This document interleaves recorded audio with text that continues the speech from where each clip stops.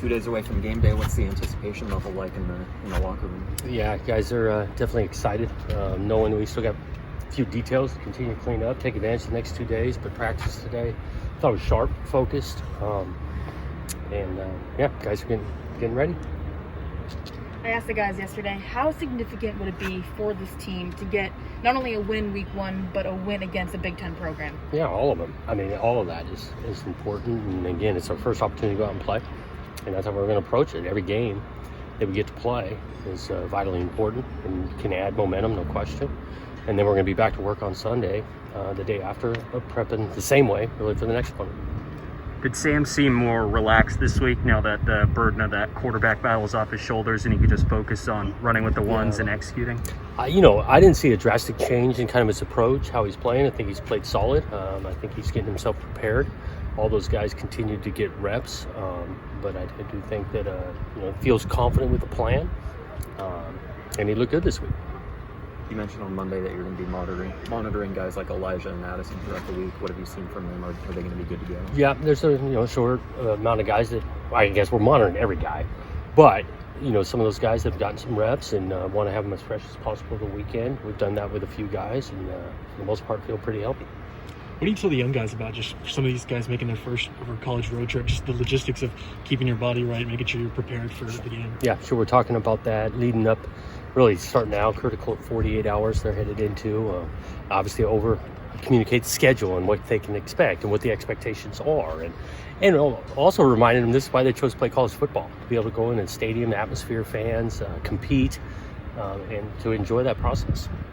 The running back room, you're going to kind of rotate between the 3 guys. I guess, how have they looked this week just in game prep? And I mean, I know they're still competing against one another, but now that goal's kind of shifted to helping your team on the field. Yeah, they've been helping each other. They've been great teammates with it, rotating carries. And, we got a few particular plays for individual guy, but the most of it, all 3 can operate what we're calling. And they've had a good week of work.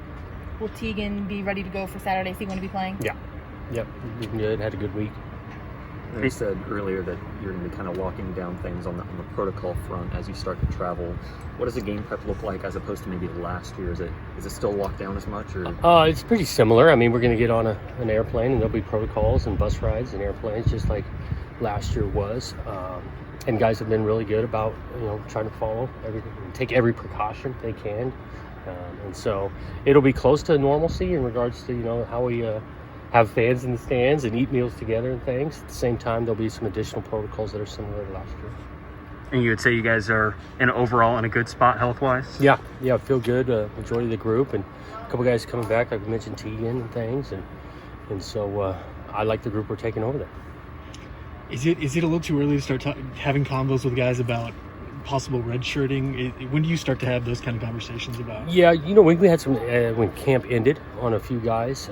Again, now with the rule, you can play 4 games, still redshirt. That's still a moving target on some guys, and so we're taking a good group over there. Not every single guy potentially will play, but that doesn't mean they won't play down the road this season. Game 1, you're going to toss on that headset. You're going to be in a loud stadium. Do you get pregame nerves anymore? I mean, I know there's the excitement of the game, but... Yeah, it's exciting, and it goes into you prepare as well as you can. And then you go enjoy it and do the best you can in the game. And that not just for myself, coaches, players, all the same, but we work too hard not to enjoy these Saturdays. Now, with your families, coaches, players, do you know if there are going to be any families in attendance making the trips? I know last year that really wasn't an opportunity. Yeah, I believe we're going to have some players' families there for sure, making the trip out and be able to watch them in person, which was some of what was tough about last year. So I know we got a good contingent going over. And last year, because of, I guess, the distance, the testing, all of that, remember you talked a little bit about how the mental fatigue. I guess, how do you think the team's feeling going into it? I mean, I know it's kind of refreshing in a way, but just having that normal-ish, I guess, return. Refreshing is a great term. I think the guys are excited about the opportunity to play in front of families, in front of fans, different than last year. And so it's fun to even hear that, potentially this thing's sold out of that kind of energy. So obviously we're going to need to handle that. But that's, again, the good part of college football. It's nice to see Jake Luton back in the Pacific Northwest. I know it's kind of swapping Oregon State quarterbacks, but... Yeah, that was interesting. We're definitely excited for him and a lot of those guys that ended up making teams, and can't wait to watch them on Sundays.